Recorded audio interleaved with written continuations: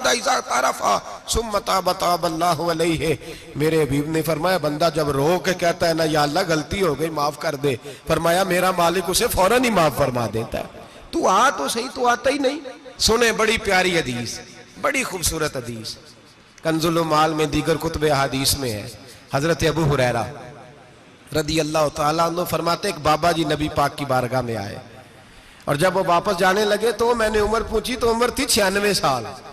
कहते हैं बुजुर्ग जब आए ना तो ये भवें जो है ना उनकी सफेद होके तो यूं आंखों पे आ गई। बड़ी छड़ी बाबा जी ने पकड़ी हुई और दोनों हाथ पकड़ के ना छड़ी के ऊपर झुके हुए हैं एक जानिब।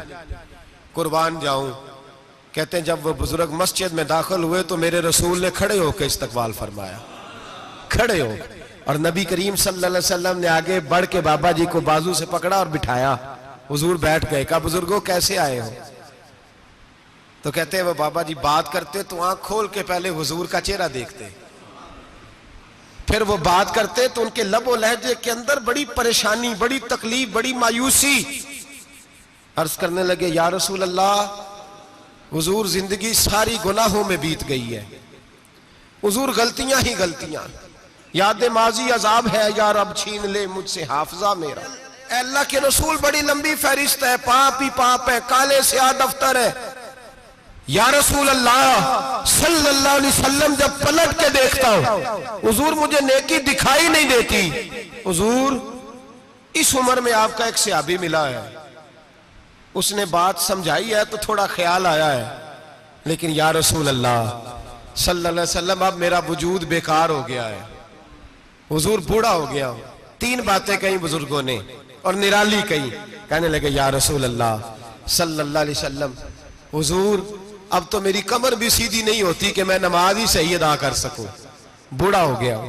या रसूल अल्लाह सल्लल्लाहु अलैहि वसल्लम अब मेरे अंदर ताकत नहीं कि मैं मेहनत मजदूरी करके सदके और खैरात दे सकूं। या रसूल अल्लाह सल्लल्लाहु अलैहि वसल्लम अब मैं तलवार लेके जिहाद भी नहीं कर सकता। हुजूर ना मैं लंबी नमाजें पढ़ सकता हूं, आका ना मैं सदकातो खैरात दे सकता हूं, महबूबा ना मैं दीन के लिए कोई जिहाद कर सकता हूं। बेकार वजूद है, बेकार बेकार वजूद को तो घर वाले बर्दाश्त नहीं करते, बच्चे दुआ करते हैं या अल्लाह अब्बा जी को पर्दा दे दे, अम्मा को पर्दा दे दे, बेकार हो गया हूं और आज आया हूं तो मुझ बेकार को मेरा रब कबूल कर लेगा। आज कलमा पढ़ूं तो बेकार हूं, किसी काम का नहीं, ना नमाज ना सदकात ना जिहाद, कबूल कर लेगा। हजरत अबू हुरैरा फरमाते हैं जैसे बरसात में बारिश की झड़ी लगती है, यूं मुस्तफा की आंखों से झड़ी लग गई। हुजूर खोल के रोए, खोल के। और मेरे हबीबे पाक ने फरमाया बुजुर्गों बड़े मुजाहिद हैं, दीन के लिए जिहाद करने वाले बड़े हैं, रब करीम को आपकी तलवार की इतनी हाजत नहीं। और फरमाया उसके खजाने कोई खाली तो नहीं कि आप ही गोया सदका देंगे तो भरे जाएंगे। और फरमाया फिर रब करीम की शान में इजाफा नहीं करती इबादतें, वो तो बंदे को नफा देती हैं। मैं बुजुर्गो ना आप जिहाद करें ना आप सदकात दे, ला लंबी नमाजें पढ़े, आप सिदक दिल से आ जाए, अल्लाह के रसूल का वादा है रब आपको बगैर हिसाब किताब जन्नत अता फरमा देगा। आना तो शर्त है कि नहीं? आए तो सही ना, पहुंचे तो सही, आ गए उसको नहीं आदत सदकातो खैरात की, जिहाद की, तबलीग, आए तो सही ना।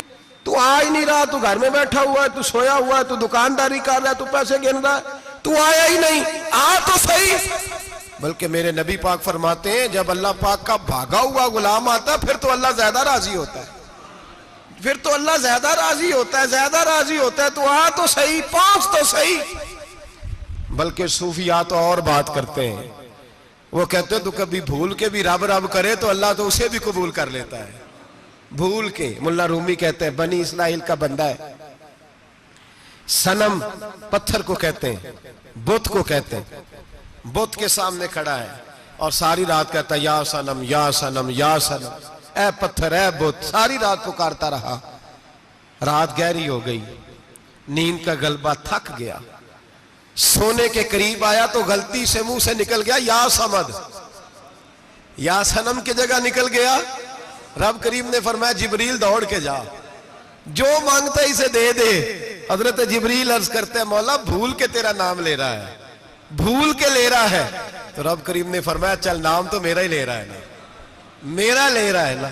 या अल्लाह, वो अल्लाह करीम ने फरमाया झूठे के सामने सारी रात का खड़ा है, सारी रात का पुकार रहा है, उसे कुछ नहीं मिला, तो सच्चे का नाम लिया है। अगर मैं भी कुछ ना दूं और बुत में और मुझ में फर्क क्या रह जाएगा? जा जो मांगता है झोली भर के दे, नाम तो लिया है ना।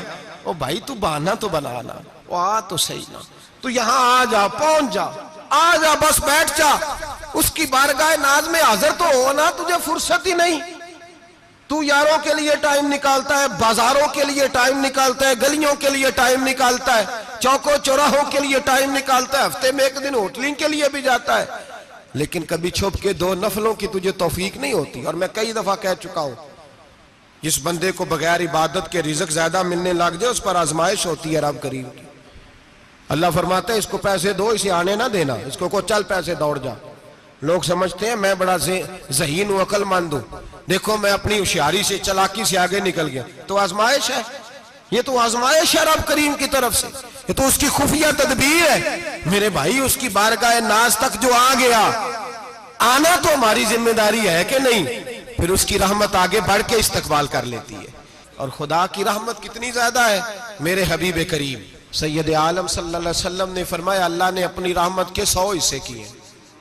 कितने? हुजूर फरमाते हैं एक हिस्सा अल्लाह ने दुनिया में नाजिल किया है। कितना? एक हिस्सा। फरमाया ये जो माँ बेटे से प्यार करती है, बाप बेटे के लिए मजदूरी करता है, जो बहन भाई के लिए रोती है, ये जो बीवी शौहर के लिए दुआ मांगती है, ये जो बच्चे माँ बाप से प्यार करते हैं, फरमाया ये उस एक रहमत का नतीजा है, एक रहमत का नतीजा। तो सहाबा कहने लगे या रसूलल्लाह वो 99 किधर है? नबी पाक ने फरमाया रब करीम ने संभाली हुई है, कयामत के दिन तुम्हें अता फरमाएगा।